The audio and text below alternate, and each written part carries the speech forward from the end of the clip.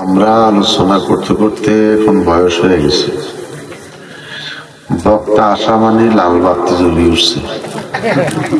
ঠিক নেই, ইদানিং দেখবেন কম বয়সে বলারা বক্তা মন চাইলে এর স্পিড সে তিরুলে কথা কন ঠিক নেই। বক্তা মঞ্চে আসলে গরম হয়ে যায়, পাবলিক কইতে নেই তো পাবলিক এই কইতে কইতে 18-20 মিনিট বসাই যায়। কথা কন ঠিক নাই, আদব সম্মান লজ্জা বলতে কিচ্ছু নাই। আল্লাহ আমাদেরকে সাহায্য করুক, আমিন কর। অনেক মুরুক্ষুফির সমাজে আছে কি নাই? হাইরে কপাল মন্দ, চোখ থাকিতে অন্ধ, নিজে অন্ধ, রাস্তা দিয়ে আইব কেমনে?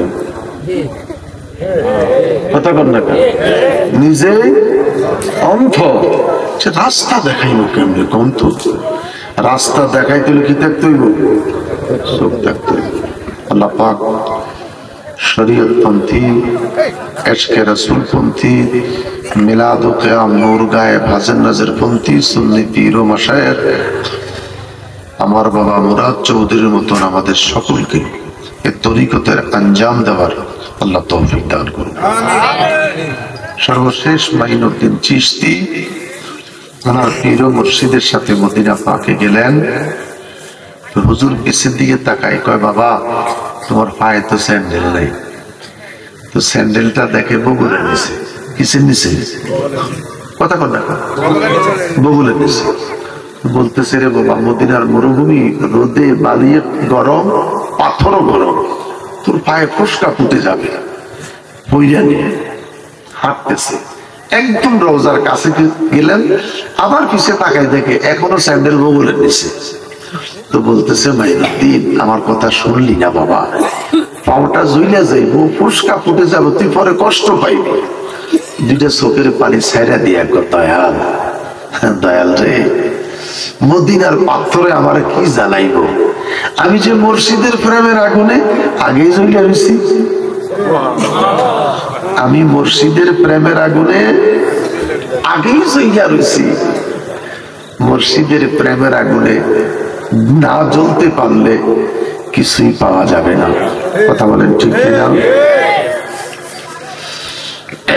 আল্লাহ রাব্বুল আলামিন, আমি এশকে রাসূলের কথা শেষ করি, তরিকতে শুরু করছি। আমার বাবা জানা এসে গেছে, খুশি হলাম।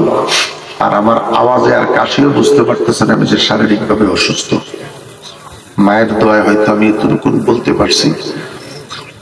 খুব ভালো লাগলো, চেয়ারম্যান সাহেবের উপস্থিতিটাও ভালো লাগলো, আবুল হোসেন ভাইয়ের বসা এবং উপস্থিত থাকাটা মনটা ভালো লাগলো। আপনাদেরকে বেশি ভালো লাগলো। একদম গ্রামের মানুষ আমার নবীর কথা বললে চোখের পানিগুলি ছাইড়া দেয়। আল্লাহ আপনাদের সকলকে কবুল করুক, আমার বাবা মুরাদরে কবুল করুক, তার আম্মাকে হায়াতে খিজির দান করুক।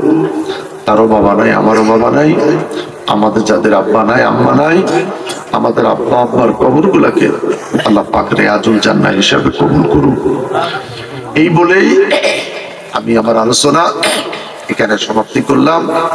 বেঁচে থাকলে দেখা হবে, যদি মরে যাই জীবনের শেষ দেখা।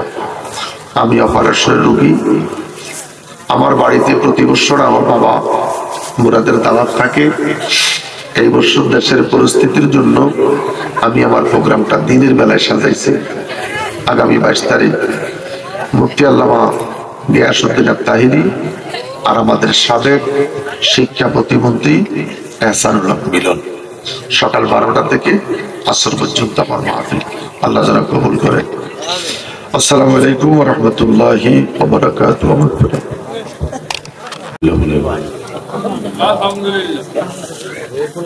আমরা আলোচনা করতে করতে এখন বয়স হয়ে গেছে, বক্তা আসা মানে লাল বাতি জ্বলে উঠছে। ঠিক নেই, ইদানিং দেখবেন কম বয়সে বলারা বক্তা মন চাইলে এর স্পিড সে তিরুলে। কথা কন ঠিক নেই, বক্তা মঞ্চে আসলে গরম হয়ে যায়, পাবলিক কইতে নেই তো পাবলিক এই কইতে কইতে 18-20 মিনিট বসাই যায়। কথা কন ঠিক নাই, আদব সম্মান লজ্জা বলতে কিচ্ছু নাই। আল্লাহ আমাদেরকে সাহায্য করুন, আমিন করুন। অনেক মূর্খ পীর সমাজে আছে কি নাই? হাইরে কপাল মন্দ, চোখ থাকিতে অন্ধ, নিজে অন্ধ, রাস্তা দিয়ে আইব কেমনে? কথা কর না, নিজে অন্ধ, সে রাস্তা দেখাইব কেমনে? কন্ত রাস্তা দেখাইতে হলে কি থাকতে হইব? চোখ থাকতে হইব।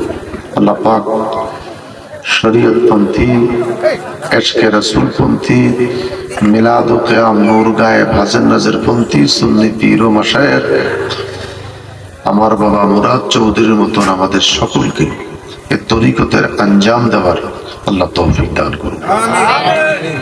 সর্বশেষ মাইনুদ্দিন চিশতি ওনার পীর ও মুর্শিদের সাথে মদিনা পাকে গেলেন।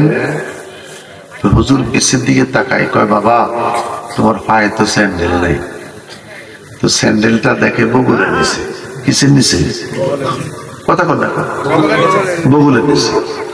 বলতেছে, রে বাবা মদিনার মরুভূমি, রোদে বালিয়ে গরম, পাথরও গরম, তোর পায়ে ফোসকা ফুটে যাবে। পইরা নিয়ে হাঁটতেছে, একদম রোজার কাছে গেলেন, আবার পিছে তাকায় দেখে এখনো স্যান্ডেল বগুলের নিচে। তো বলতেছে, মাইনুদ্দিন আমার কথা শুনলি না বাবা, পাওটা জুইলা যাইব, ফুসকা ফুটে যাবো, তুই পরে কষ্ট পাইবি। দুইটা চোখের পানি ছাইরা দিয়া, দয়াল দয়াল রে, মদিনার পাথরে আমার কি জ্বালাইব? আমি যে মুর্শিদের প্রেমের আগুনে আগেই জ্বলিয়া রয়েছি। আমি মুর্শিদের প্রেমের আগুনে আগেই জ্বলিয়া রয়েছি। মুর্শিদের প্রেমের আগুনে না জ্বলতে পারলে কিছুই পাওয়া যাবে না। কথা বলেন ঠিক কিনা? আল্লাহ রাব্বুল আলামিন, আমি এশকে রাসূলের কথা শেষ করি, তরিকতে শুরু করছি। আমার বাবা এসে গেছে, খুশি হলাম।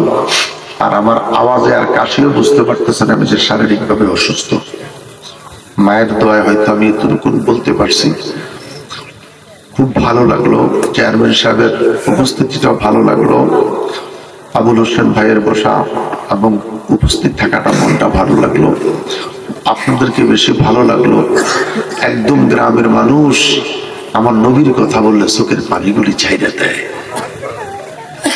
আল্লাহ আপনাদের সকলকে কবুল করুক, আমার বাবা মুরাদরে কবুল করুক, তার আম্মাকে হায়াতে খিজির দান করুক।